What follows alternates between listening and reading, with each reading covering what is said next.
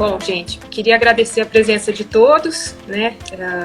Vou me apresentar, acho que a maioria que está aqui já nos conhece, mas eu vou nos apresentar também. Então, meu nome é Carla, eu sou médica veterinária do Laboratório Vida Vet, e hoje a gente traz para fazer esse bate-papo aqui com a gente o professor Marcos Braia, tá? O Marcos, ele é médico veterinário, é um amigo muito querido e tem muito conhecimento nesse assunto que a gente quis trazer para vocês hoje, que é a parte de leptospirose.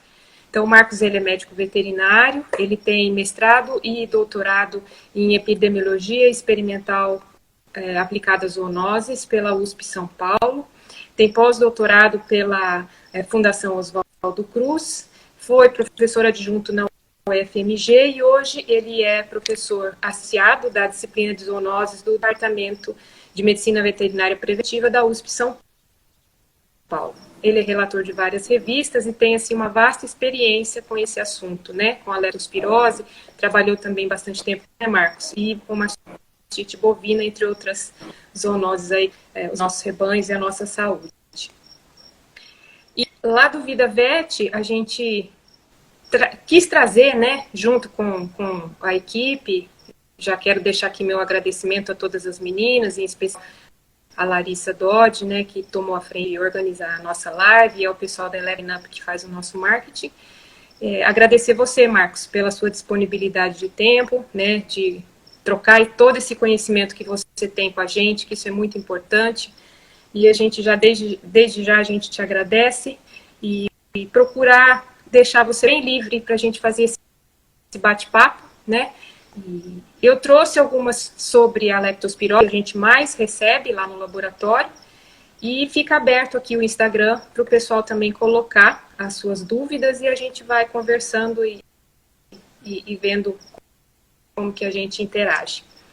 Então, a hora que você pronto, que você quiser começar, a gente já está a postos. E agradeço mais uma vez a sua disponibilidade. Se você quiser se apresentar um pouquinho, falar um pouquinho da sua experiência com a LEP, o pessoal vai entrando. Fica à vontade, Marcos. Boa noite, Carla. Boa noite a todos. Obrigado pelo convite.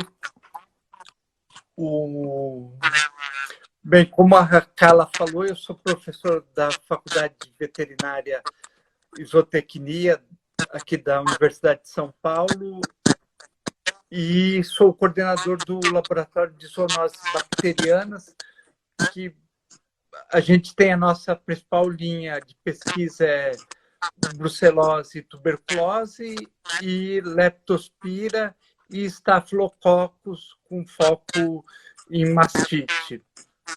E eu sou responsável pela parte de leptospira e estafilococcus zoonótico. Então, eu fiz meu mestrado estudando a leptospira, então a gente já vem trabalhando com essa doença já há bastante tempo e eu tenho certeza que vou morrer e o assunto não vai se esgotar, porque é bastante complexo e vocês que estão aí na ponta é que sofrem mais mesmo com essa complexidade para controlar. Mas é uma doença que instiga a gente a estudar mais e trazer mais conhecimentos. Então é isso. Carla, como é que você quer falar? A gente vai fazer em forma de pergunta, resposta. Eu estou aberto a vocês. Tá. Eu procurei trazer aqui, eu anotei aqui para a gente, as principais dúvidas que a gente recebe, tanto dos produtores rurais quanto dos técnicos lá no Vida Vet. Então, acho que a gente pode começar com essas dúvidas e depois a gente abre para o pessoal colocar alguma dúvida que ficou em aberto, que a gente não trouxe, né? Para fazer um bate-papo bem interativo, bem tranquilo, bem fluido.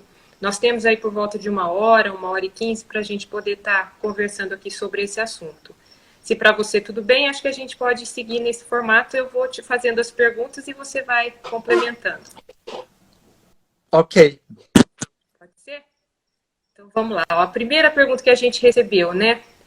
Na sua opinião, professor Marcos, qual a importância da leptospirose para os rebanhos bovinos, tanto de corte quanto de leite? O que ela impacta, né? Quais que são os principais prejuízos, se existe um prejuízo? Por que o rural e o técnico precisam estar atentos à presença da leptospirose nos rebanhos bovinos, né? Os rebanhos bovinos.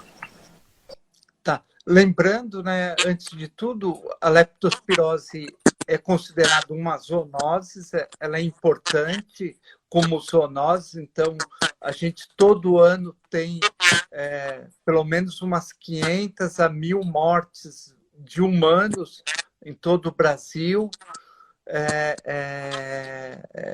fora o que a gente não é notificado, principalmente na zona rural. Às vezes o sujeito pode vir a falecer de uma outra coisa e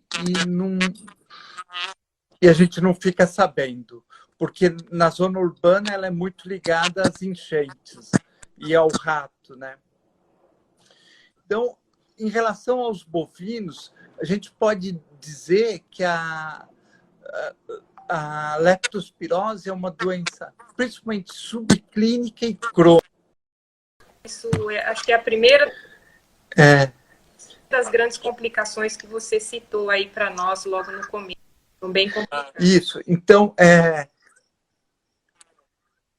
Oi, Marcos? Eu não sei se é a minha internet, mas às vezes dá um delay aqui de você, Carla. Então, qualquer coisa você me avisa que caiu. Gente, eu peço desculpa, eu sou da escola antiga, então eu nem tinha Instagram, nada, então é a primeira vez.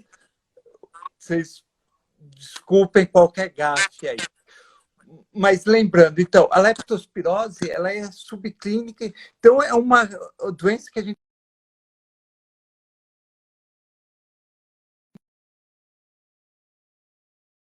dificilmente você vai ver o animal agudo, com morte, etc. Então, o que a gente corte como leite é a doença associada à então, se você não tem um bom manejo reprodutivo, de notificação, não percebe isso, que são o quê? Aumento do intervalo, repetição de cio, e aí algumas coisas que são mais visíveis abortamento, nascimento de animais fracos. Então, toda essa sintomatologia produtiva, ela chama muita atenção nos bovinos. E é aí que é o principal prejuízo que o produtor tem. Então, aí onde que na doença reprodutiva pode causar morte de bezerros com caso agudo, pode causar mastite com sangramento, pode, mas o que mais a gente vê no campo são as perdas reprodutivas. E se você não tem um sistema de apontamento, você acaba não percebendo esse prejuízo. Então, esse é o principal ponto quando a gente vai trabalhar com leptospirose bovina. Ok. A gente vai falar um pouquinho mais desses sintomas mais para frente, mas antes da gente chegar, né, nessa parte da verificação dos abortamentos e da eficiência reprodutiva,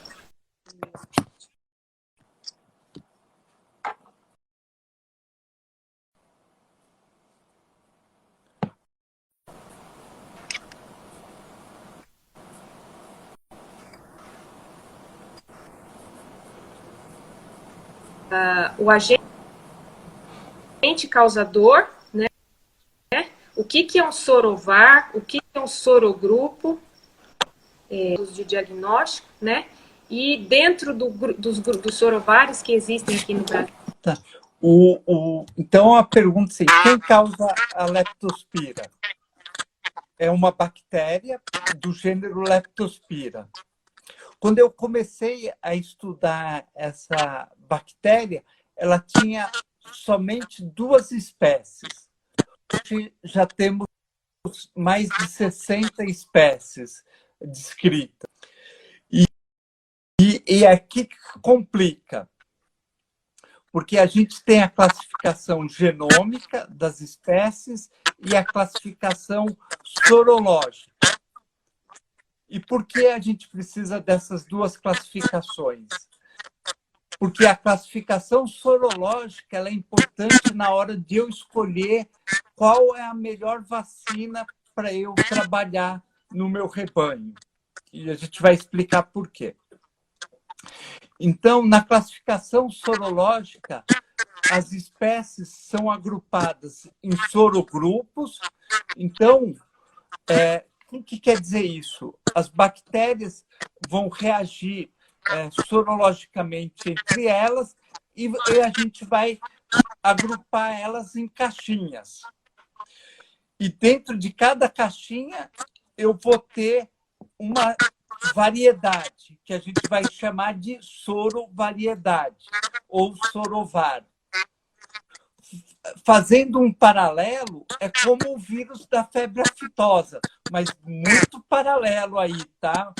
Uma coisa, a leptospira é bactéria, o vírus da febre aftosa é vírus, né? Mas lembra, ele tem o A, o O, o C, que a gente tem que vacinar, é a mesma coisa na leptospira. Então, eu tenho os sorogrupos e dentro dos sorogrupos eu tenho os sorovários. E por que é importante eu saber isso? Porque eu tenho pouca reação cruzada entre eles de proteção. Então, se na minha propriedade acontece uma infecção por leptospira do sorovar hárdio, que é o mais comum em bovinos, não adianta eu vacinar com uma vacina que só tenha a sorovariedade canícula, porque ela não vai proteger. As 2 são leptospiras, mas elas são tão diferentes na parede bacteriana que os anticorpos produzidos por um e por outro não protegem. Então, por isso que você tem que conhecer qual leptospira que circula no seu rebanho para escolher a melhor vacina. Então, esse é um dos principais complicadores no controle da leptospira. A gente precisa determinar qual é o sorogrupo sorovar. Por quê? Para a gente saber qual que é o predominante e escolher a melhor vacina. Porque a gente sabe que tem pouca reação cruzada entre eles. E aí a gente vai chamar atenção, puxando o novelo, que, lembrando, todos os sorovares das leptospiras patogênicas podem infectar qualquer mamífero, tá? Mas a gente tem leptospiras, sorovares, que são preferenciais por algumas espécies. Por exemplo, como o próprio nome diz, canícula é preferencial de cão. Eu, como ser humano, posso me infectar e adoecer por canícula? Posso. Mas ela acontece mais na população canina. Quem são importantes nos bovinos? O sorogrupo, que eu vou chamar Sergoi, né? Eles têm esses nomes complicados, e dentro das sorovariedades, eu tenho certeza que a maioria já ouviu falar da hárdio.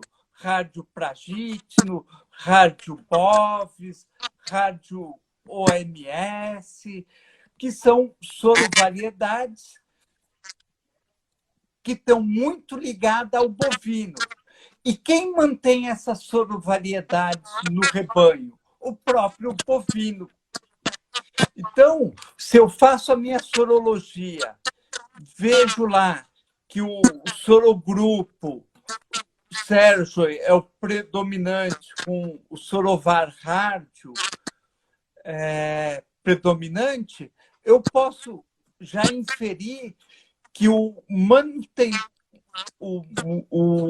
reservatório daquela bactéria é o próprio bovino.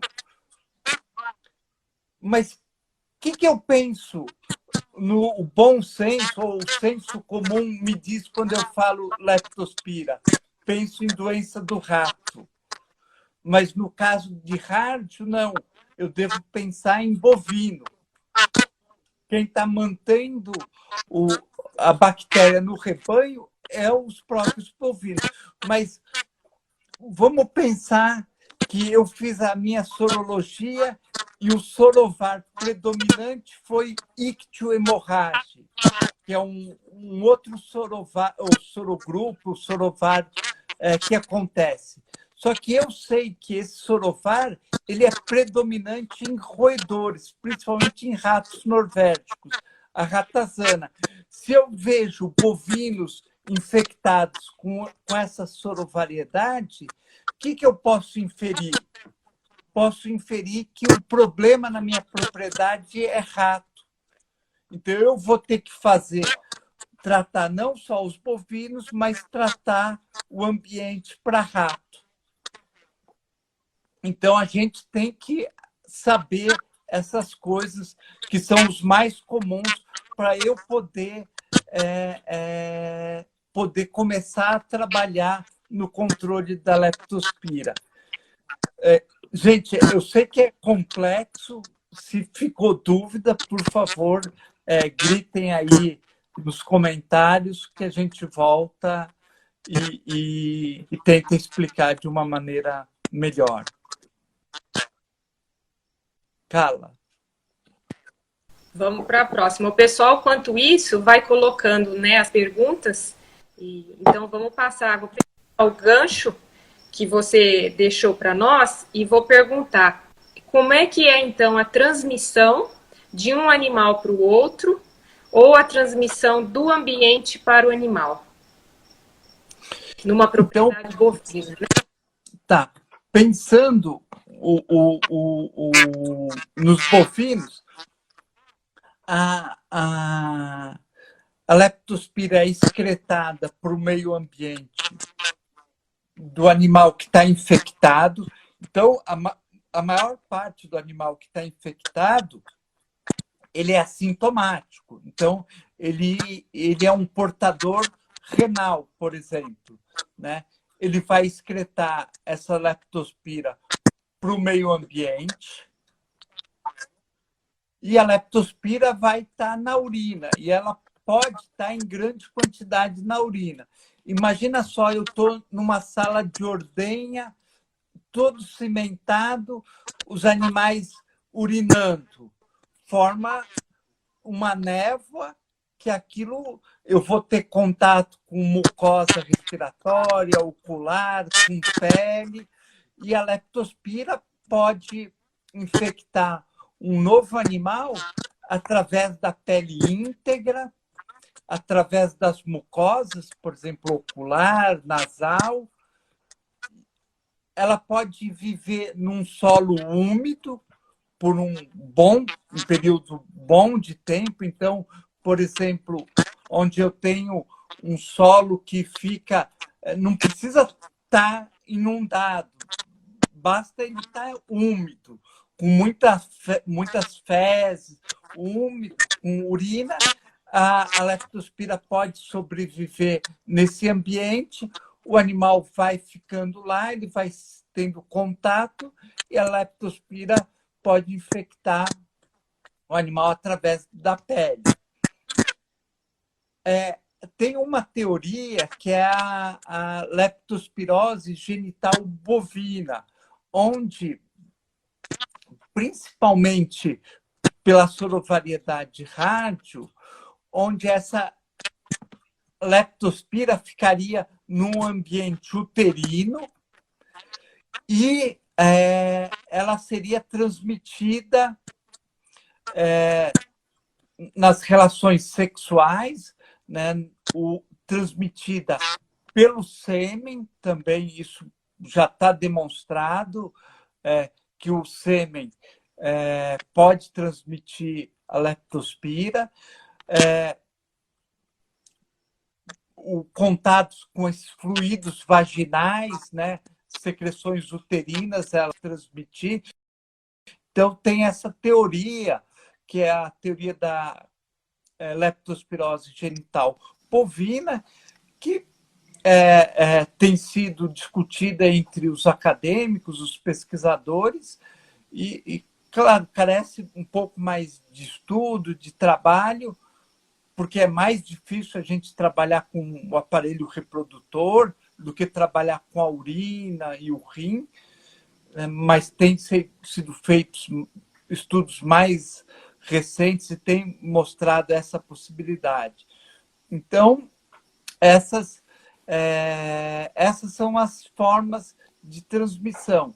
Então, de animal para animal, então, através da urina, que o animal excreta pelo rim, urina, e contamina o ambiente, solo úmido, exposição desse solo, do animal a esse solo, pode se infectar.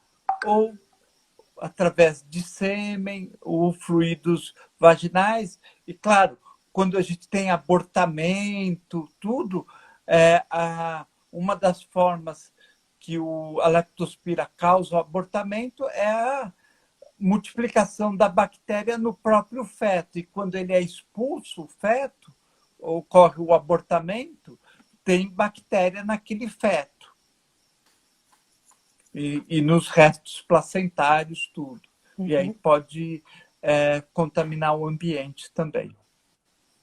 Eu acho que essa, então, é a via principal que o produtor rural e os técnicos precisam cercar quando numa propriedade se tem essa suspeita, né, de abortamentos, por exemplo, por leptospirose. A gente fica, igual você falou, muito preocupado com os ratos, mas pode ser que na maioria das vezes a transmissão é da própria vaca para a própria vaca, né? Não que o rato não seja importante, que não seja importante o controle de pragas e roedores nas propriedades rurais, mas a gente não pode esquecer que os portadores assintomáticos, né, que eu estou entendendo que você colocou aqui para nós, que as vacas portadoras assintomáticas são uma das principais fontes de infecção umas para as outras. Isso, principalmente no que a gente chama dessa leptospirose genital bovina, o próprio bovino é o mantenedor. Quando a gente por isso que a sorologia é importante, quando a gente vê que o sorogrupo Sergio, que contém as sorovariedades rádio, é certeza que o bovino é um mantenedor. Posso ter infecção por pomona, por exemplo, que posso, e a gente está trabalhando nesse momento com uma fazenda que esse é o problema. Então, provavelmente, a fonte de infecção talvez não seja o bovino, seja um animal silvestre ou algum outro animal, que a gente não sabe, né? Pomona é muito ligado a javali, a suínos. Então, a gente tem o porco monteiro, o javaporco aí circulando nas nossas propriedades. Então, eles podem transmitir para os bovinos. Mas quando a gente faz a sorologia e faz os estudos, o comum é achar a sorovariedade rádio como a que infecta. E lembrando, o que dizia um grande professor meu, que foi o professor Rômulo Cerqueira Leite, o que é comum é comuníssimo, o que é raro é raríssimo, né? Então, a gente tem que pensar sempre primeiro na hipótese que é mais plausível, mais comum. Depois eu vou trabalhar com as exceções. Correto. Professor, quando a gente tem um abortamento que a gente suspeita de leptospirose, a gente precisa procurar algum sintoma clínico no feto? Existe algum sintoma patognomônico, icterícia, alguma coisa assim que possa me levar a uma, não vou dizer uma confirmação, mas um aumento de probabilidade da minha suspeita de que esse abortamento ocorreu por leptospirose? Tem algum sintoma clínico assim que eu possa utilizar a meu favor no campo? É bem difícil você determinar pela macroscopia a origem do abortamento, tá? Por qualquer doença reprodutiva. A gente fez vários estudos com abortamentos, fazendo a necrópsia e nunca acertava. Assim, eu realmente tenho muita dificuldade. Talvez um patologista, um veterinário muito treinado em necrópsia de feto, ele possa ter uma suspeita clínica muito forte. Mas não é o comum. Tá? A minha recomendação é que faça o diagnóstico multifatorial para as doenças reprodutivas. Gente, e não é caro, senhores, tá? Porque o diagnóstico correto faz você tratar mais rapidamente, prevenir mais rapidamente, e você vai ter um ganho nisso. Então, falar, não, eu vou fazer um diagnóstico clínico fazendo a necrópsia do feto é difícil, é muito difícil. Porque ele confunde muito. Então, o que a gente recomenda, e recomenda muito fortemente, é que mande o feto ao laboratório. Isso é uma das coisas que mais dificulta o resultado, é porque o laboratório não tem acesso ao abortamento, ao produto aborto, para fazer o diagnóstico. Então, é muito difícil ter uma suspeita clínica. Eu pessoalmente não me atrevo a fazer e faço o coisa. Gente, vou aproveitar isso aqui e vou contar um caos, né? Todo mundo e caos verídico, né? Como eu morei muito tempo em Minas Gerais, apesar de ser paulista, eu gosto de caos, né? Como o Nelson da Capitinga, né? Estava eu na universidade, um ex-aluno meu, assim, que eu confio muito nele, super bom, começou a atender uma fazenda de leite, recente abortou uma vaca, ele mandou o feto e ele falou para mim, professor, olhou, fez a necrópsia, tudo, a característica parece ser leptospira. A gente está com essa suspeita.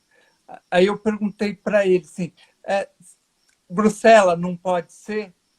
Porque lembra que o professor Rômulo falava, o que é comum primeiro é Bruxela. Ele falou para mim, não, segundo o proprietário, eles controlam para Bruxelas.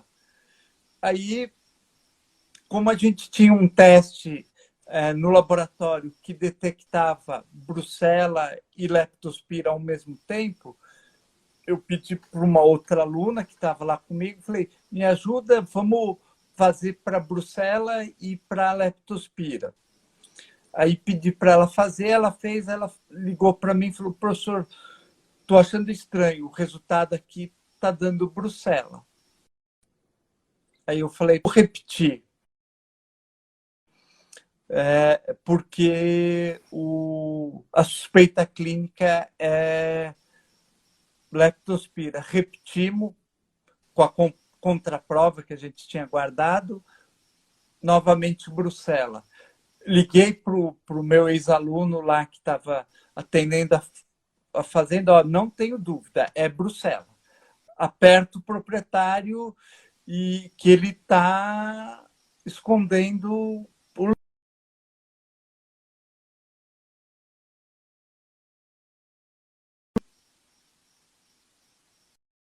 direito para Bruxelas. Tá?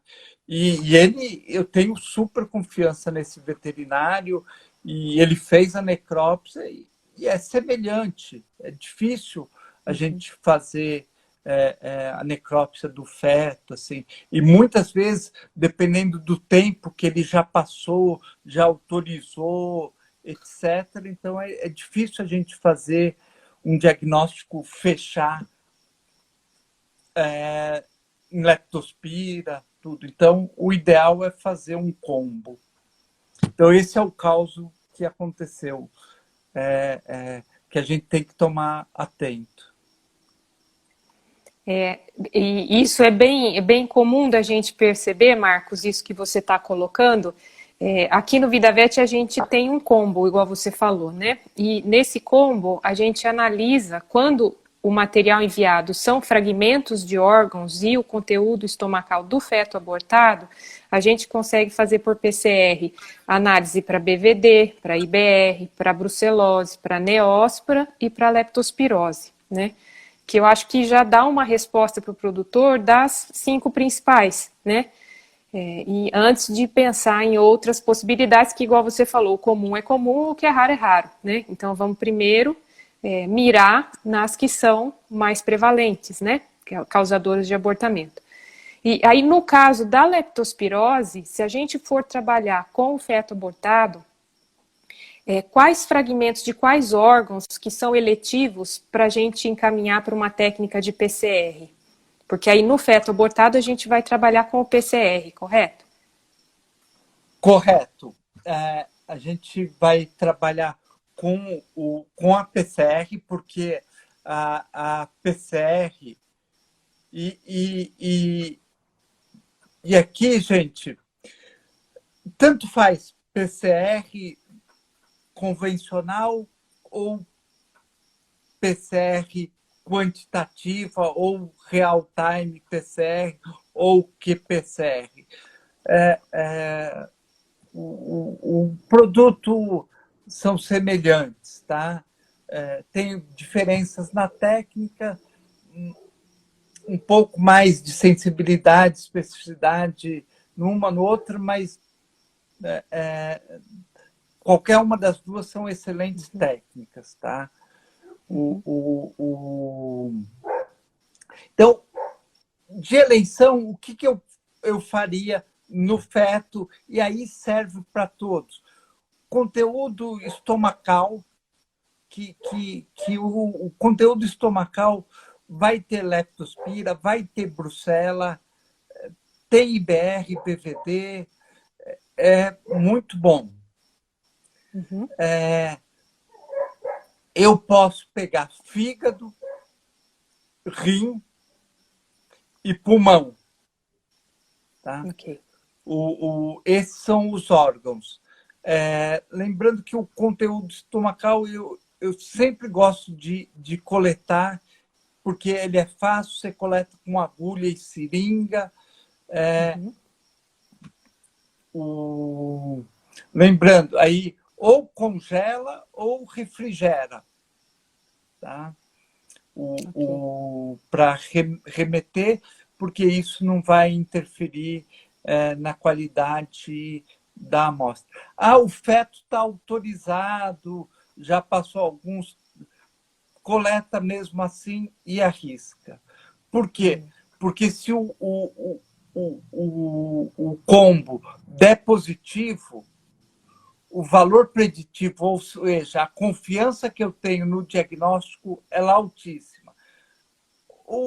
A confiança que eu vou ter no negativo, aí já é baixa, porque a autólise ela vai destruir o DNA, ficou lá bastante tempo, mas, gente, eu vou falar que eu tenho colegas meus que trabalham no Instituto Pasteur e já exumaram cadáveres de pessoas humanas e detectaram o vírus da raiva no tecido da nuca, né, que é o órgão de eleição, no caso de humanos, para a raiva, ou no encéfalo, não lembro bem direito, mas não importa. O cadáver já tinha sido enterrado, já tinha passado alguns dias enterrado, foi exumado e eles conseguiram identificar o vírus por PCR. Então, é uma técnica que tem um poder diagnóstico muito bom. Então, eu sei o quanto é difícil a gente achar um feto no campo. Então, achei, eu não vou mandar porque está autorizado? Não, manda. Faça pool de órgãos, ou colete o conteúdo estomacal, não importa. Mande. Se for positivo, você vai ter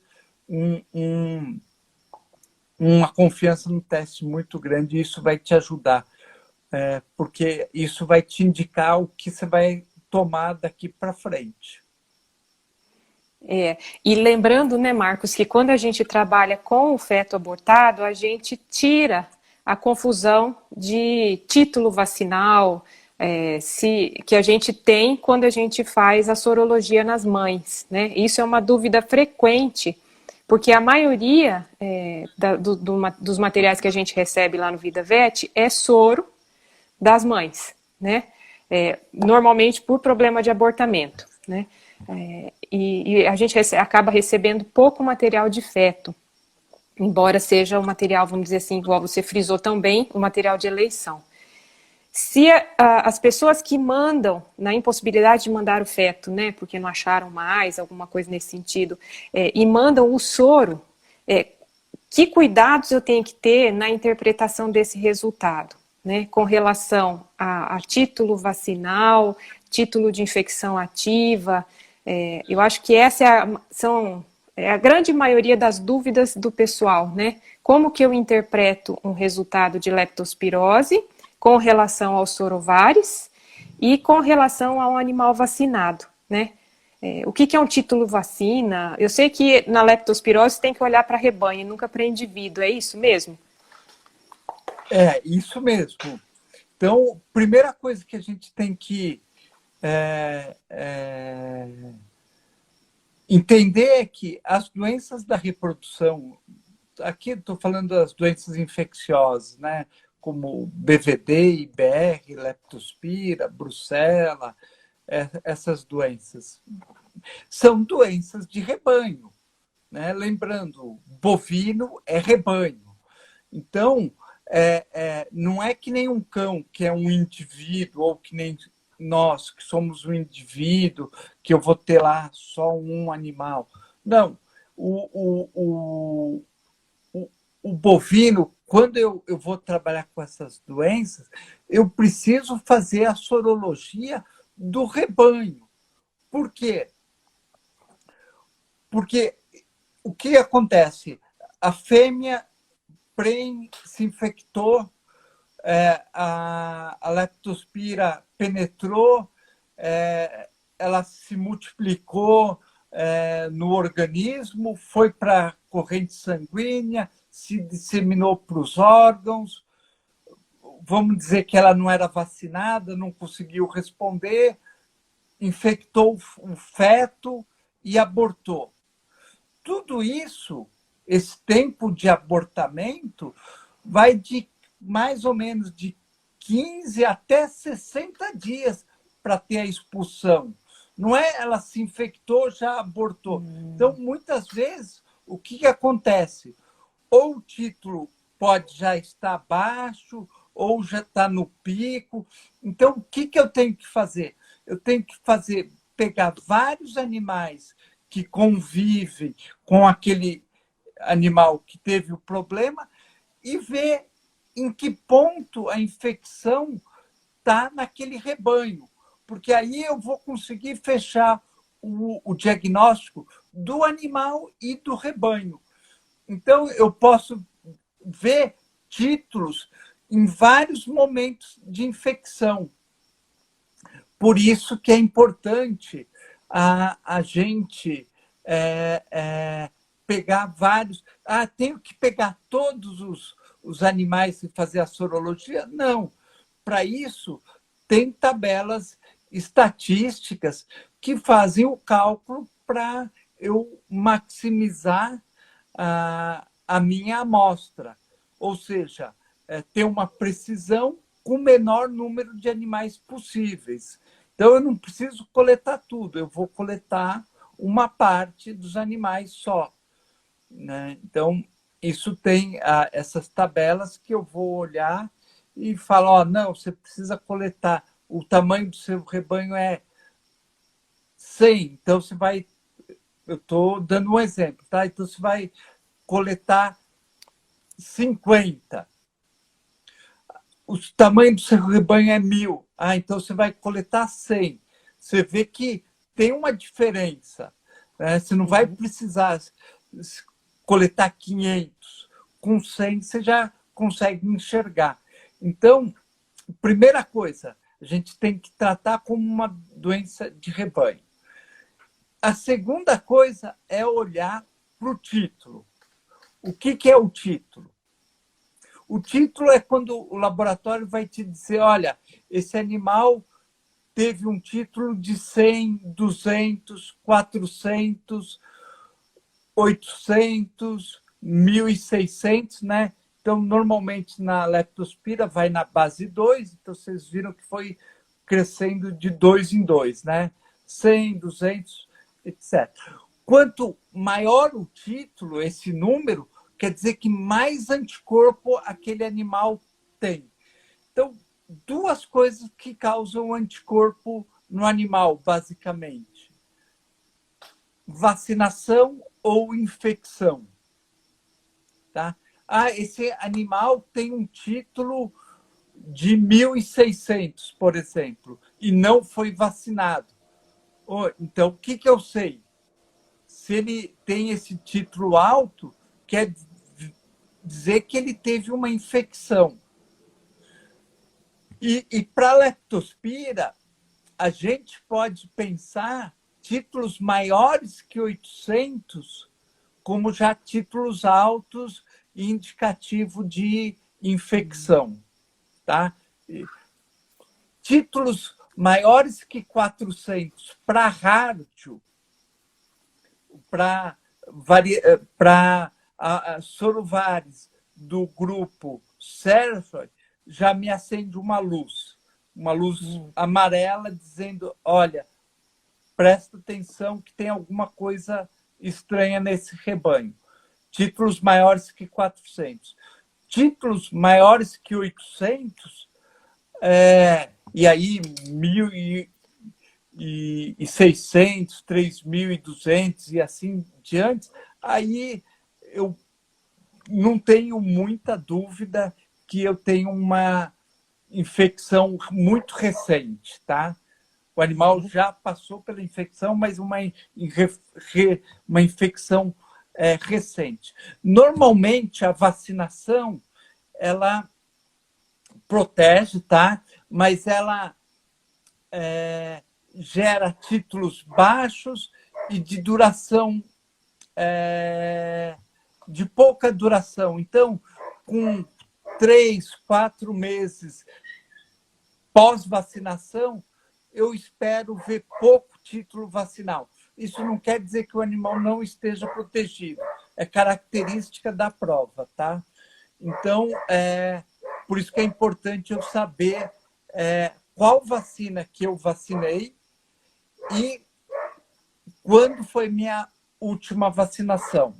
Porque tudo isso vai me ajudar a ter um indicativo de vacinas.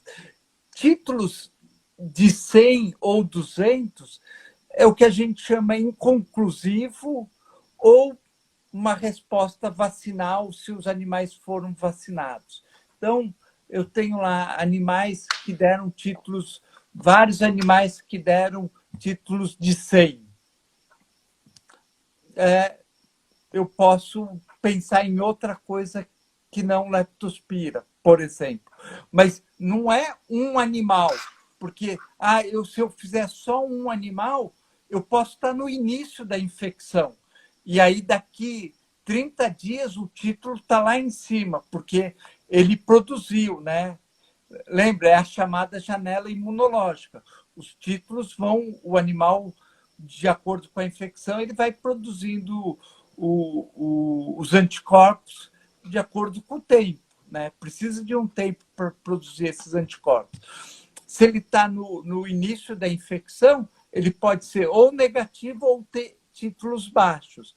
Mas se eu faço a sorologia do rebanho, eu vou ver animais em várias fases da infecção.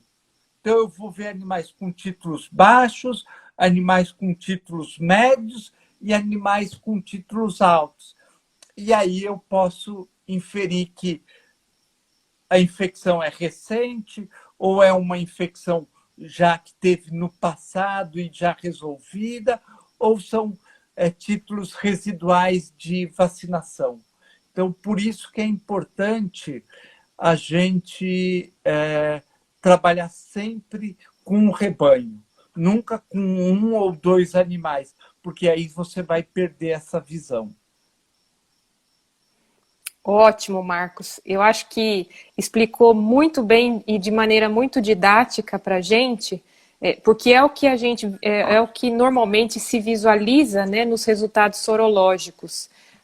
Normalmente passa por um processo de abortamento, né? Aí o pessoal colhe a sorologia, colhe o soro, manda para o laboratório e o resultado, na grande maioria das vezes, vem títulos baixos, 100, 200. Então, tomar esse cuidado de trabalhar com epidemiologia de rebanho é uma grande dica pela complexidade que é a leptospirose, né? Perfeito. Aí tem uma pergunta aqui, né? Quanto tempo depois que eu vacinei que eu poderia coletar a sorologia do rebanho e minimizar esse impacto de anticorpos vacinais? 4 meses pós-vacina é um bom período? Ou não existe isso?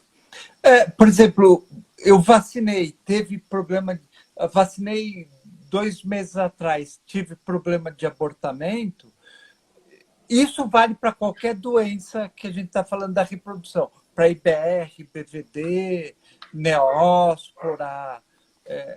O raciocínio é o mesmo, tá? Porque a gente está falando sempre de doença de rebanho. Claro, vacinei há 2 meses e deu um abortamento. Eu vou coletar a sorologia de tudo e fazer. Só que eu vou falar, olha, eu vacinei há 2 meses. Normalmente, os títulos vacinais não são muito altos, por mais que você vacine. Isso é característica da vacina. Isso não me preocupa muito. Mas, por exemplo, eu quero fazer um monitoramento, ver. Com 4 meses, você quase não vai ter títulos residuais. Tá? Ok. Por isso que sempre é bom, e a gente sempre bate nessa tecla, tente coletar o feto. O feto e os anexos fetais, né? Não achei o feto, mas tenho a placenta. Então, vai a placenta, né? Isso. Muito importante. E na hora da minha interpretação do diagnóstico, vamos supor, eu tenho um rebanho de 100 animais, né? Coletei de 15 a 20 animais. É bem típico a gente observar isso que você colocou. Alguns animais vão dar como não reagentes, mesmo em rebanhos vacinados. A grande maioria vai dar títulos entre 100 e 200, e às vezes pipoca um 800, pipoca um 400, né? Se eu achar numa situação dessa animais aleatórios dentro da minha amostragem com títulos de 800 ou 400, eu posso suspeitar que a leptospira está circulando no meu ambiente? Pode. Tá, eu estou frisando bastante isso para eles, porque é uma dúvida comum isso. Eu pensaria, por exemplo, o que eu falei, eu fiz a sorologia, se a maior parte deu não reagente, o que é o negativo, mas títulos de 100, 200, eu não me preocuparia. Ok. Desde que eu faça a amostragem do rebanho, tá? E, claro, do rebanho que teve o contato do animal doente e de tudo, né? De quem vive naquele ambiente. Não adianta o animal está no retiro A e eu coletei só do retiro C. Não tem porquê. Você tem que coletar da onde vive esse animal. Se começa a dar títulos 400, assim, principalmente se for rádio, me chama a atenção. É uma coisa que eu não falei, mas a rádio, ou os sorovares do sorogrupo Sérgio, são o que a gente chama sorovares adaptados aos bovinos. E, normalmente, os sorovares adaptados àquela espécie, eles naturalmente produzem ou estimulam uma resposta baixa de anticorpos. Por isso que anticorpos para rádio, a partir de 400, já me chama a atenção.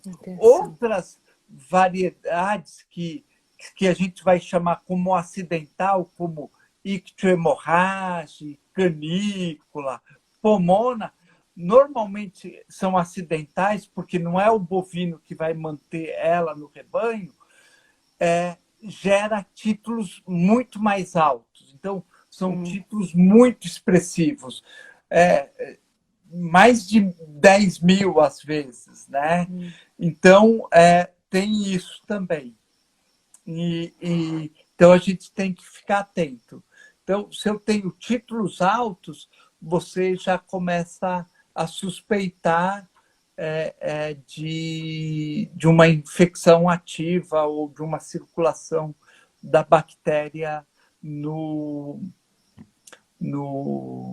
ambiente. Tá. A Camila está perguntando, Marcos, quando você tem o problema diagnosticado sorologicamente, né, não no feto, mas sorologicamente, a recomendação é tratar todo mundo ou vacinar todo mundo? Ou as duas medidas junto? Agora a gente já está dando um passinho para frente. Tá, então vamos lá. Lembrando, gente, os bovinos podem ficar portador assintomático. Tá? O tratamento de todo mundo é tratamento de todo mundo. Não é do animal que abortou. É de todos. Mesmo do animal que levou a gestação a termo, é do touro, é de todo mundo, do rebanho todo. Dependendo da situação, isso vai tratar com streptomicina, numa dose alta. Isso pode ficar muito, muito caro, né? Então, qual a estratégia que você pode fazer? A gente pode tratar com uma vacinação agressiva de todos os animais. Então, eu determinei que o problema é rádio. Então, eu vou escolher uma vacina que tenha rádio naquela composição. Não adianta eu ter uma vacina que não tem rádio na composição, porque não vai proteger. Então, o que eu vou fazer? Vou vacinar lembrando que 99% das vacinas para leptospira, a bula manda vacinar de 6 em 6 meses. Lembrando, os primo-vacinados devem receber no mínimo 2 doses. Por quê? Porque na primeira dose eu faço um pequeno pico de IgG e um pico maior de IgM. E o que eu quero? Eu quero mais IgG do que IgM. Por quê? A IgG é de longa duração, tem uma especificidade maior, uma afinidade maior para a bactéria, vamos dizer assim, né? E é isso que eu quero. Para eu reverter isso, o que eu faço? Eu aplico 2 doses.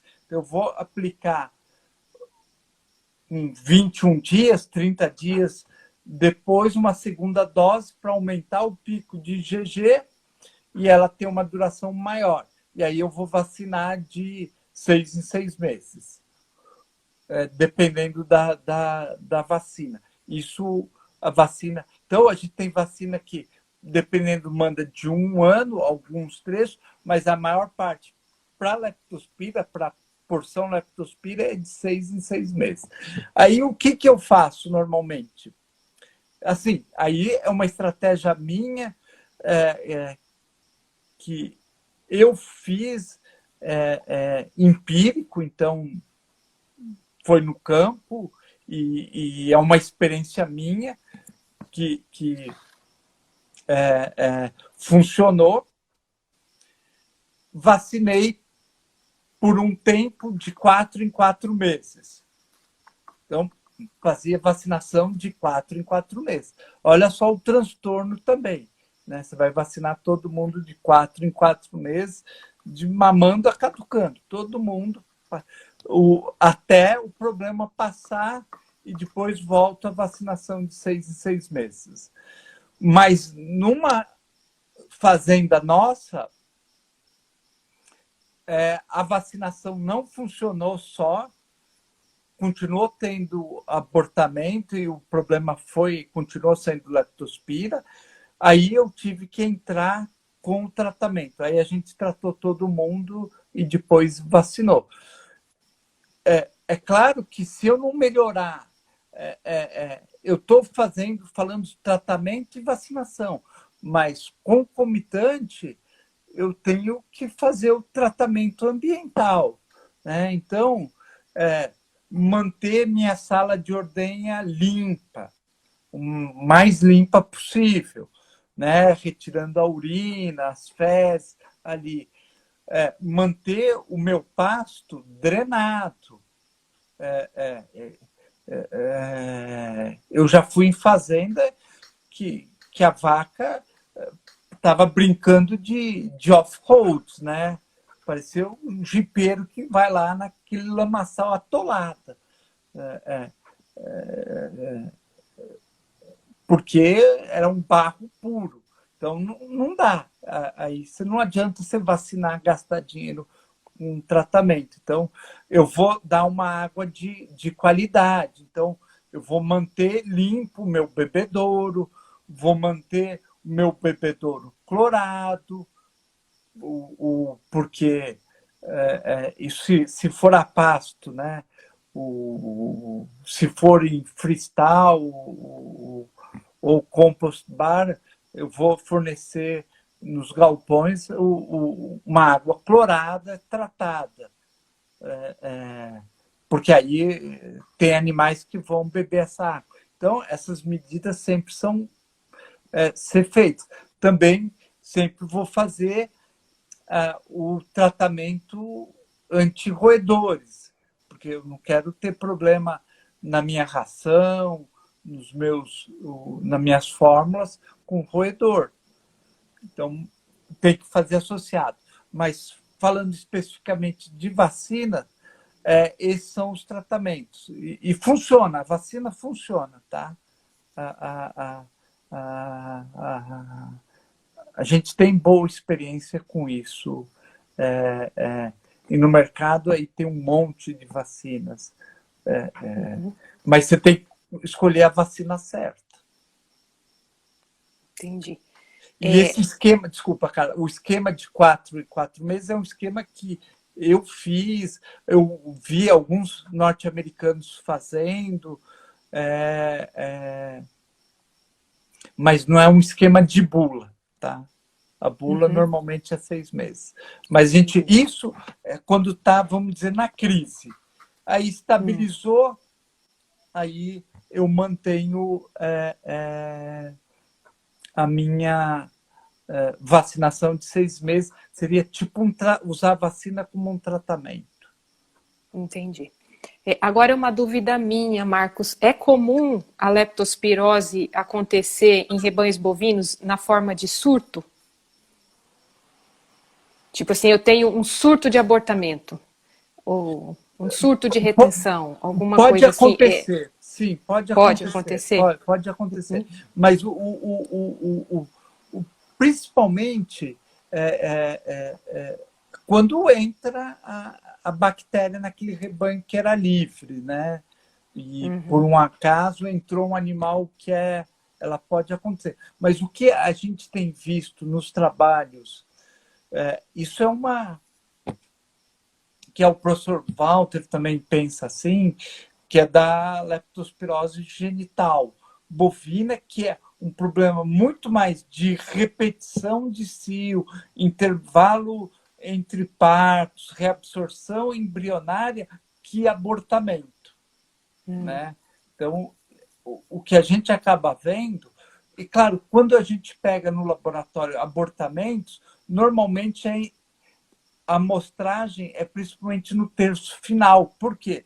Porque é mais fácil de eu localizar o abortamento, o feto, né? Porque ele é grande, eu vejo. Se é no começo, ele é tão pequeno que ele se perde. E aí a gente não tem acesso. E aí, quando faz os exames, dificilmente acha leptospira e normalmente é uma outra causa. Então, a gente tem entendido que a leptospira no rebanho bovino está causando muito mais esse tipo de problema reprodutivo do que uma explosão, tipo uma tempestade de abortamento. Mas pode acontecer, né? Pode acontecer. Mas é muito importante você ter colocado isso, porque é o que a gente traz de aprendizado da academia, que é o abortamento a causa principal. Isso é muito interessante, porque problema reprodutivo por reabsorção, né, aumento de intervalo entre partos, é um dos maiores prejuízos nos rebanhos leiteiros ou de corte, né? E se a leptospira também já começou a ser associada a isso, é perfeito. Que a gente, na nossa mente, a gente acha que é só o produto abortado que é o problema, mas às vezes o problema já está lá subclínico e crônico, igual você falou, né? Já me trazendo prejuízos, e eu nunca penso na leptospira como um causador desse tipo de situação clínica. A gente pensa às vezes em BR, pensa em BVD somente, e esquece que então a leptospira tem esse viés aí de impacto na fertilidade muito maior do que o que a gente aprendeu lá atrás, né? Que ela era um causador só de abortamento. Muito bacana isso. E moçada, vocês estão pegando essas dicas, né? Isso é importante. Porque normalmente se suspeita de leptospirose quando tem algumas vacas que abortaram. A gente não pensa na leptospirose quando eu tenho um aumento de intervalo entre partos, por exemplo, né? Então, isso é uma dica importante. Mas eu acho que isso não é só para leptospirose, viu, Carla? A gente só vai pensar em doenças infecciosas. Ah, tem aborto, então eu vou pensar. E esquece que ela pode causar outros problemas associados à reprodução, né? Então, é importante sempre pensar. Por isso que a escrituração zootécnica ela é importante para nos dar informação, né? Transformar os dados, o que está lá escrito, em informação para tomar a melhor decisão. Né? Ótimo. Ó, a Camila está falando aqui, perfeito. Ela está vivendo uma situação de explosão, né, de abortamento, de metrites, fez alguns testes de diagnóstico, então eu acho que essa sua colocação está sendo bem perfeita para a situação que ela está vivenciando lá na propriedade, que ela dá assistência. Então, Camila, se ficou alguma dúvida, vai colocando aí, tá? Eu estou tentando anotar as perguntas de vocês, mas como vai passando rápido, muitas está passando. Uma que eu consegui anotar, uma pessoa perguntou se o Sorovar Tarasov, ele é importante para bovinos hoje. Se tem, assim, algum grau de importância. Eu vou pegar aqui na minha colinha. Tá. Então, pessoal, ó, o que eu guardei aqui, que eu acho que a gente pode deixar anotado, né, para o nosso dia a dia. Primeiro, interpretar sempre a leptospirose como um diagnóstico de rebanho. Então, nunca trabalhar com amostra viciada, né, de poucos animais. Sempre tentar fazer o máximo de coletas sorológicas possível para você ter a epidemiologia de rebanho, que, como o professor explicou, é extremamente importante na interpretação do diagnóstico. Então, esse é o primeiro ponto quando a gente trabalha com animal vivo, né? Segundo ponto, o material ideal num caso de abortamento para um teste confirmatório de leptospirose ou de outras doenças infecciosas relacionadas a abortamento é coletar fragmentos do feto abortado e conteúdo estomacal, tá? Manter congelado e enviar para o laboratório para a técnica de PCR, tá? E a partir do momento que você recebe, então, esses resultados, é interpretar isso de uma forma macro. Outro ponto... Pode falar, Marcos. Eu achei aqui na minha colinha... isso é um trabalho do grupo do professor Walter, lá do Rio de Janeiro, que é outra referência também em leptospira, eu acho que é da Ana Paula. Se eu falei o nome errado dela, depois ela briga com você. Mas é de 2015, tá? Que eles fizeram uma sorologia com vários sorogrupos, né? Lembrando que aqui está quando a gente faz a sorologia, normalmente a gente vai falar sempre em sorogrupo e não sorovar, porque para eu determinar o sorovar, eu teria que estar todos os sorovares na minha bateria. E eu não consigo, porque hoje tem mais de 300 sorovares, né? Então, eu vou pôr um grupo de amostras que contempla os principais sorogrupos. E a predominância foi do sorogrupo Sérgio, que é o que estão os rádios, isso em bovinos, tá, gente? Lá no Rio de Janeiro que eles fizeram. E aí, com mais de 40% de predominância. Aí, depois, em menor grau, eles acharam o Tarasov, tá? Então, ele tem uma importância relativa.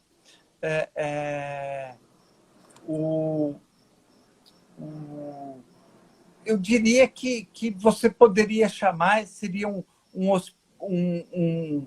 sorovar acidental, tá? E a gente deve ainda hoje pensar sempre, primeiro, lembrando do mais comum, em rádio, do mais importante, né?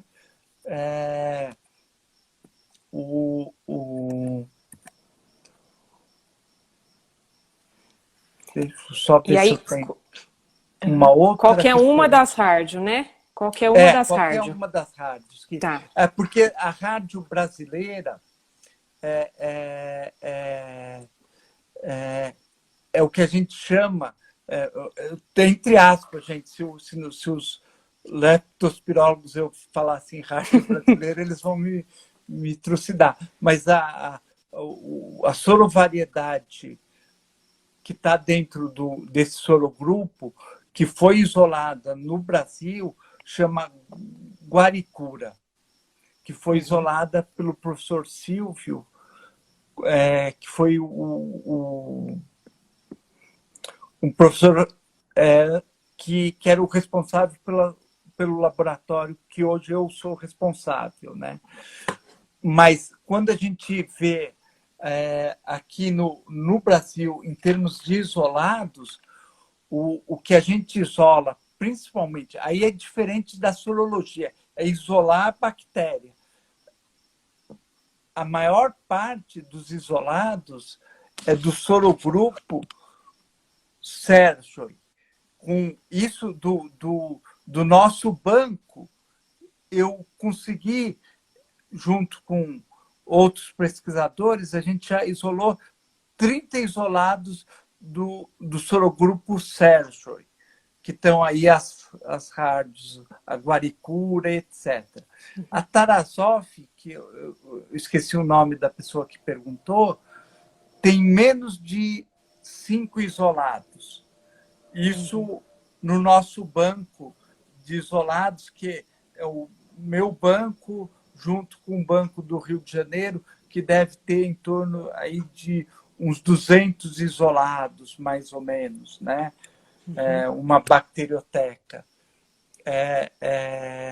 Então,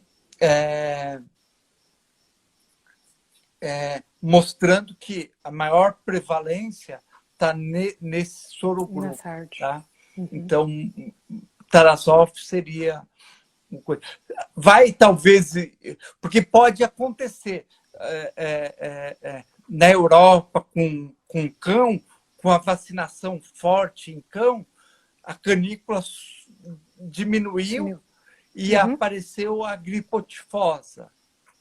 Mas eu acho que ainda isso aqui no Brasil está muito longe, porque a gente não tem uma pressão de vacinação como eles tiveram em caninos, em bovinos muito menos, né? Certo. Tem uma pergunta da Camila também, por quanto tempo pode manter o feto refrigerado na fazenda até que o veterinário consiga chegar, né, e fazer a necrópsia? Por quanto tempo, mais ou menos, por conta da autólise? Mas eu acho que você já deixou claro, né? Rápido, na dúvida, né? Manda assim mesmo, né? É rápido, Camila. O quanto a refrigeração, ela não vai parar a autólise, ela vai diminuir. Tanto que a gente vê que alimentos estragam na geladeira, né? Então, dependendo do tamanho do feto, congela o feto inteiro, que é mais fácil, e manda o feto inteiro. Claro que o ideal é o veterinário fazer a necrópsia no local e coletar o material e colocar bem acondicionado, etc.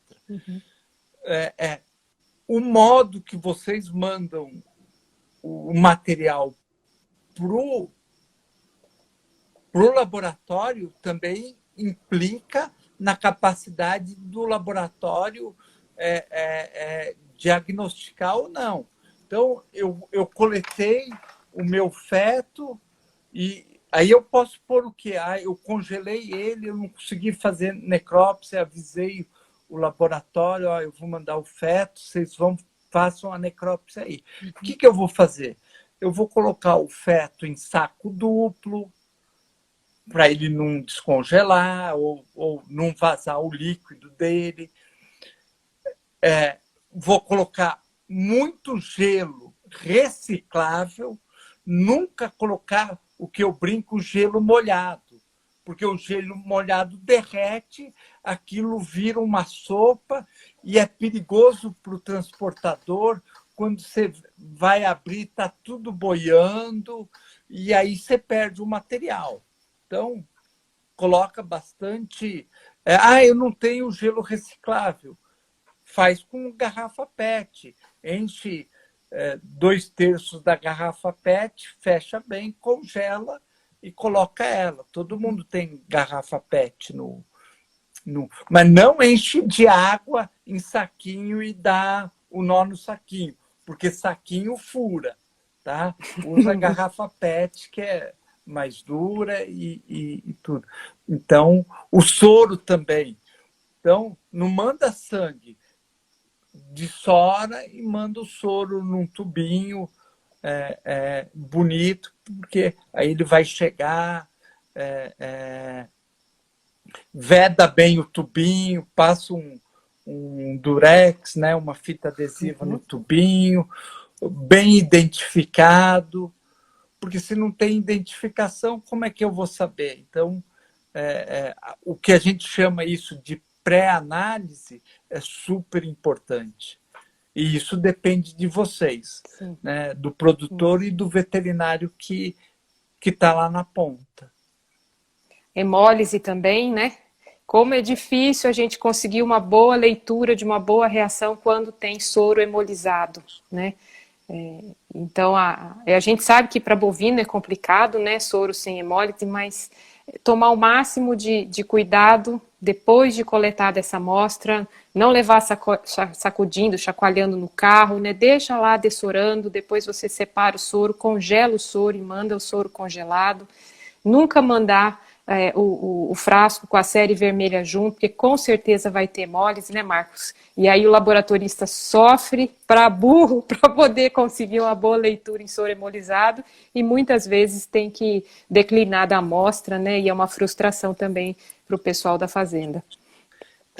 O soro hemolizado ou o soro contaminado, o soro contaminado inviabiliza a sorologia, porque na hora de fazer a leitura, a gente vai ver as bactérias ali e atrapalha, a gente não consegue fazer a leitura direito.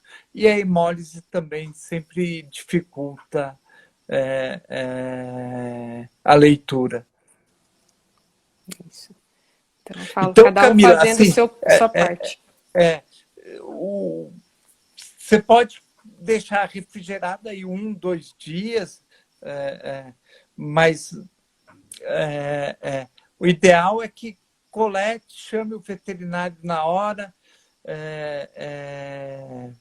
e faça a coleta o mais rápido para evitar essa hemólise, e aí ele vai conseguir fazer o macro. Gente, eu sempre gosto de coletar material.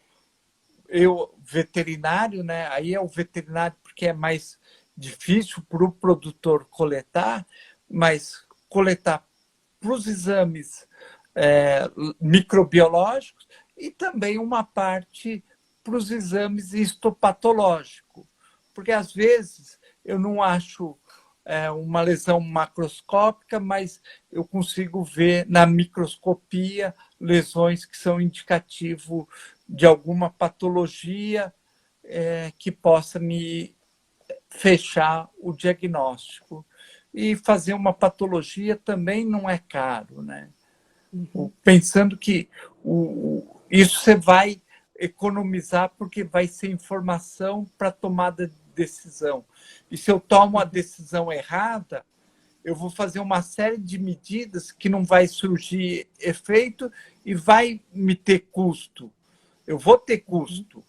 E aí eu vou ter que voltar tudo para trás para refazer essas medidas e, na verdade, aí o que, no bom e velho português, é o barato que sai caro.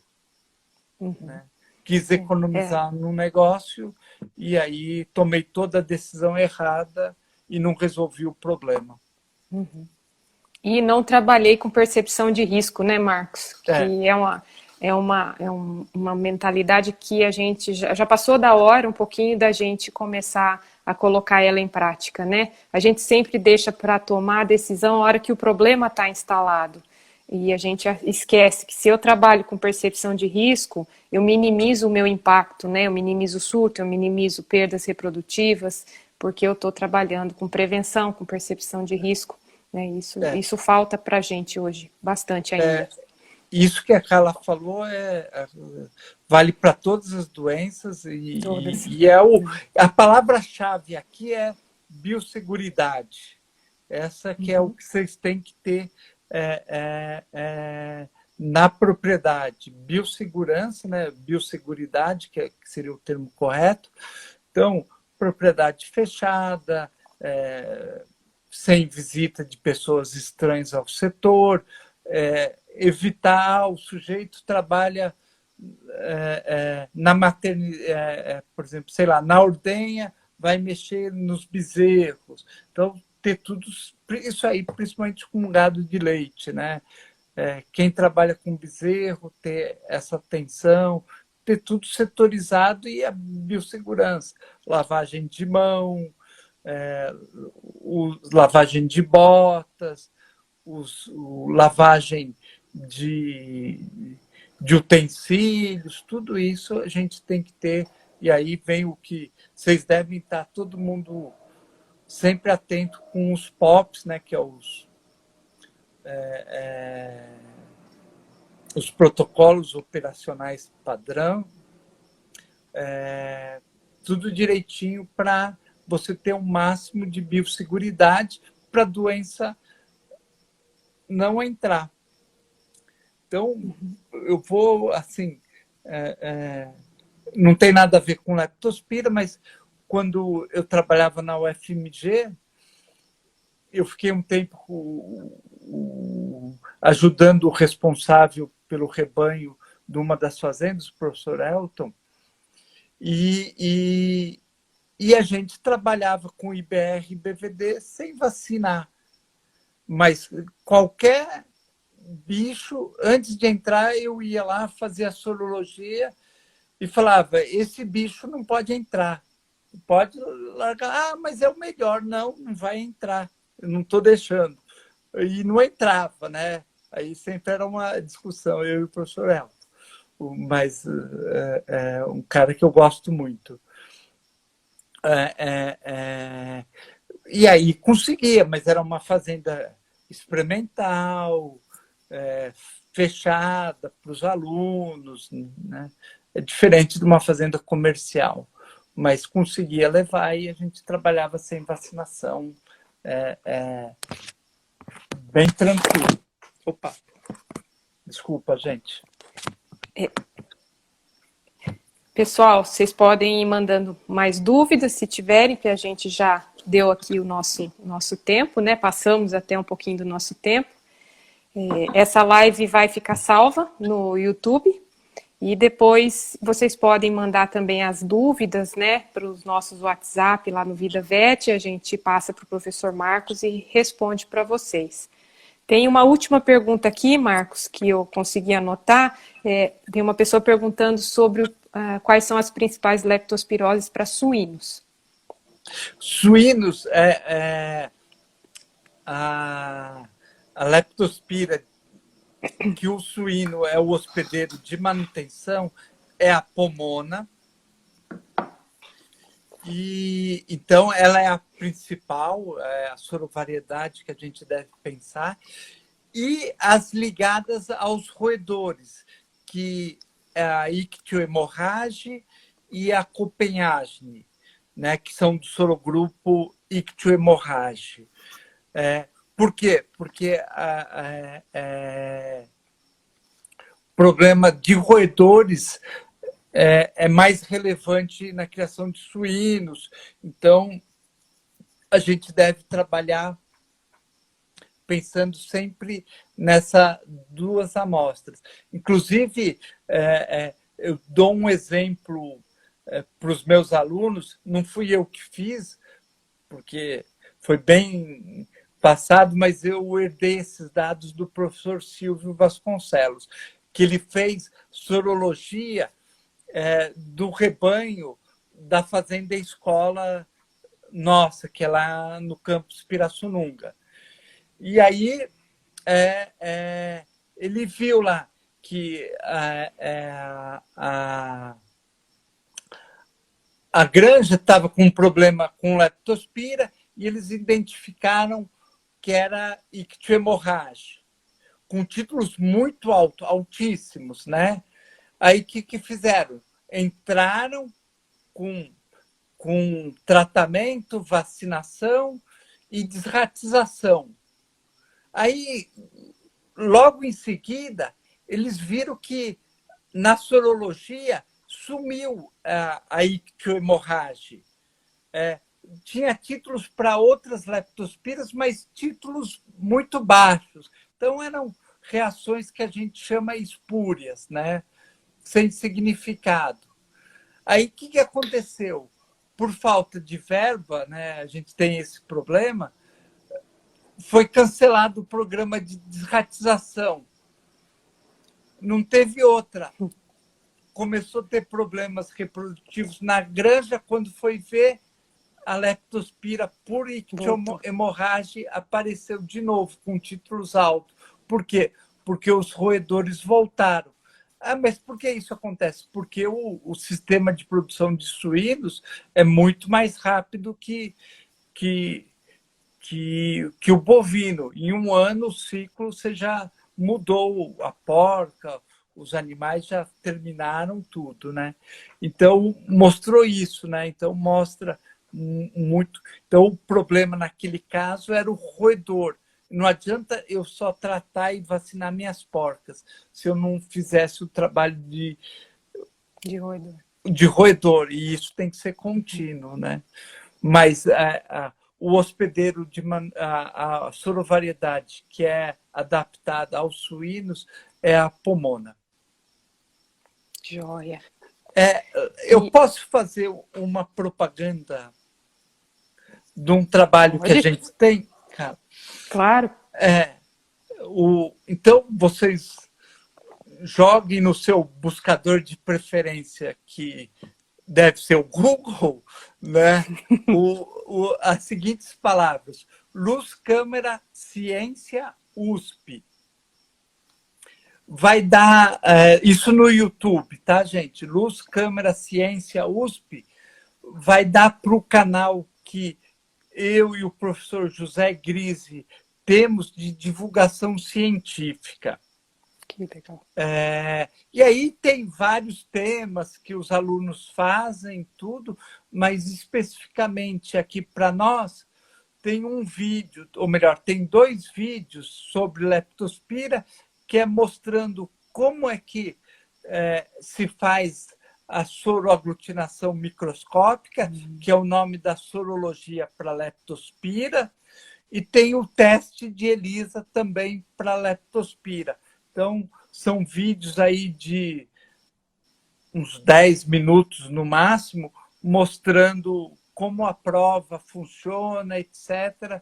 Então, quem tiver interesse, é só jogar ali no YouTube, Luz, Câmera e Ciência, né? USP, que vai direcionar para a nossa página, para o nosso canal. E aí no canal é só vocês procurarem, tem esses 2 vídeos sobre leptospira, sobre o diagnóstico de leptospira. Ó, a Larissa já colocou aí para vocês, ó, o link, já está aí no chatzinho para vocês. Muito bacana isso, Marcos. Ô, pessoal, vamos aproveitar. É um conhecimento importante, né? Repassem para os seus familiares, conhecidos, né? Para os seus clientes e vamos ajudar a disseminar o bom conhecimento, né, Marcos? É isso aí. Muito obrigada aí da dica. A última pergunta, e prometo que é a última, já vou te liberar. Então, depois a gente passa as perguntas que não ficaram aqui respondidas. A vacinação, que nem você citou lá atrás, a vacinação a cada 4 meses, né? Como, entre aspas, um suposto tratamento, ele funciona segurando o portador renal ou não? Ou para portador renal não, mesmo é só o tratamento? Não, porque o que acontece? Para portador renal é só o tratamento. Por quê? Eu não sei se quem perguntou foi produtor ou veterinário, então eu vou explicar o porquê a vacinação não funciona efetivamente para o portador, para eliminar o portador renal. Porque alguns sítios do corpo, eles são, vou dizer assim, entre aspas, imunologicamente privilegiados, ou seja, o sistema imune não vai atuar. Então, por exemplo, testículos, o globo ocular e os túbulos renais. Então, eu não tenho o acesso dos anticorpos nos túbulos renais. E as leptospiras, quando ela infecta, o que acontece? Ela infecta o animal vai responder, ou seja, vai produzir anticorpos, e esses anticorpos vão atacar a leptospira que tiver nos órgãos e no sangue. E o que ela vai fazer? Ela vai evadir o sistema imune e vai se esconder aonde? Nos túbulos renais. E lá ela não é afetada pelo sistema imune, então ela vai ficar lá. Então, qual que é a estratégia da vacinação? Eu vou vacinar todo mundo e vou manter ela presa lá. Se eu estou todo mundo vacinado, com título alto de anticorpo protegido, o que vai acontecer? O animal vai ter contato com a leptospira, mas como ele vai ter tanto anticorpo, esses anticorpos vão ser capazes de destruir a leptospira e o animal vai ser assintomático. E muitas vezes nem vai ser portador, ele não vai se infectar. Ele consegue responder e debelar a infecção. Isso natural. Coisa. Mas eu não consigo... E aí o problema é que o portador ele pode ficar por um longo período como portador, né? Na verdade, a gente não sabe por quanto tempo, mas pode ser até meses. Então, ele fica lá. Então, por isso que acontece. Eu tenho surto, eu vacino por 1, 2 anos, passou o surto, aí volta a coisa. Essa é uma estratégia. Mas o que acontece? Se eu for por animal novo, esse animal novo, para entrar naquele rebanho, ele também tem que ser previamente vacinado com, no mínimo, 2 doses, porque ele vai estar entrando num ambiente que pode ter portador. E aí, com o tempo, esses portadores acabam desaparecendo ou sendo eliminados, né? Então, é isso. Mas, para eu acabar com o portador, eu teria que tratar. Porque aí, mas qual o antibiótico? Um antibiótico que é excretado com componente ativo pela urina. Não adianta eu dar, por exemplo, para o caso agudo, o melhor antibiótico é penicilinas. Então, na infecção aguda, quando o animal está com febre, a leptospira está no sangue. Normalmente a gente vai ver isso em cão. Em bovino é muito raro, né? Eu entro com penicilina, tudo, só que a penicilina não é excretada pela urina ativa. Então, eu tenho que usar um antibiótico que é excretado pela urina na forma ativa para ela pegar as leptospiras que estão nesses sítios, nos túbulos renais. Aí eu elimino o portador. Que é a streptomicina. Então, isso, pode ser streptomicina ou oxatetraciclina também funciona. Tá? Então, tem isso, né? Só que o custo... Porque aí também eu tenho que tratar todo mundo, tá, gente? Porque se eu não tratar... Porque eu não sei quem é o portador, porque ele é assintomático. Então, eu falo, como é que eu vou tratar a mimosa e não a terência? Não sei, tem que tratar todo mundo. Aí o custo é alto. É mais alto. Né? Porque eu tenho que ser injetável, não é pela comida. Então, esse é o problema do tratamento. Então, a vacinação, como é muito mais barata, eu posso dosificar mais ela e usar essa estratégia. E funciona, tá? Então, por isso que ela não vai eliminar o portador. Mas eu vou prevenir os animais de terem sinais clínicos, que é reabsorção de desculpa, reabsorção de embrião, aumento de repetição de cio, intervalo e o próprio abortamento, tá? Aí, assim, lembrando que as estratégias de vacinação, gente, vai depender muito se você tem estação de monta natural, se você faz durante o ano todo, se você faz IATF, aí você vai usar uma estratégia de vacinação, tá? Lembrando, para as doenças reprodutivas, a estratégia é proteger a mãe, porque eu quero proteger o feto. Aí tem, por exemplo, para as doenças respiratórias e entéricas dos bezerros, aí a estratégia é proteger os bezerros. Então, eu vou querer aumentar o colostro, etc. Então, você vai trabalhar diferente e do tipo, e isso também o seu calendário vai mudar de acordo com a estratégia reprodutiva do rebanho de vocês, tá? Então, aí o veterinário responsável vai ajudar a montar isso, tá? Então, por isso que não tem um protocolo fixo. Muito bom, Marcos. Teve, assim, vários e vários elogios. Falou que a nossa conversa foi, top, foi muito bacana. E eu agradeço todo mundo que ficou até agora, né? Eu acho que ninguém quer sair, mas a gente precisa também liberar você. Estamos aí, já passamos de 1h30 e estamos aqui à disposição, né? E eu quero agradecer de coração você, Marcos, por ter esse desprendimento, essa transparência de passar para nós todo o seu conhecimento, a sua bagagem, que não é pouca, né? Toda a experiência que você tem de campo, que você agrega isso na academia, na universidade por onde você passou, e a humildade com que você, e o desprendimento com que você compartilha com a gente todo esse conhecimento e essa sabedoria de pesquisador que você é. Então, de coração, em nome da equipe do Vida Vet, eu agradeço você. Muito obrigada da sua disponibilidade. E, assim, a turma está batendo palma aqui, ó. Todo mundo gostou e acho que nós vamos fazer outras, né, pessoal? Eu acho que vai dar certo, né?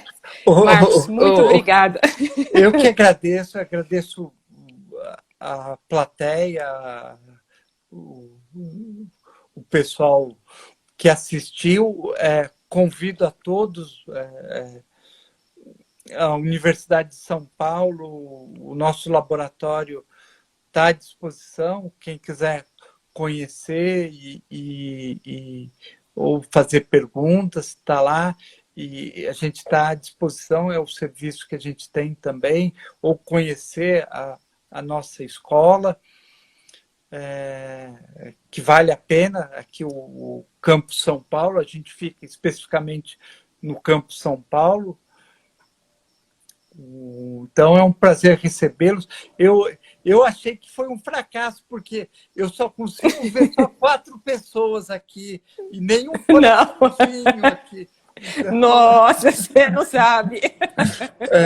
Mas eu gosto muito de você, Carla. A gente, além do nosso relacionamento profissional, a gente, posso dizer, somos amigos de longa data. Aí a gente sempre trabalhou junto, fazendo artigos, um apoiando o outro, e eu tenho um carinho muito grande pelo Vida Vet, por você, pela Eliane e por todo mundo. Agradeço a Larissa e toda a equipe, né? Se eu vou falar todo mundo, vou esquecer alguém, mas agradeço a todos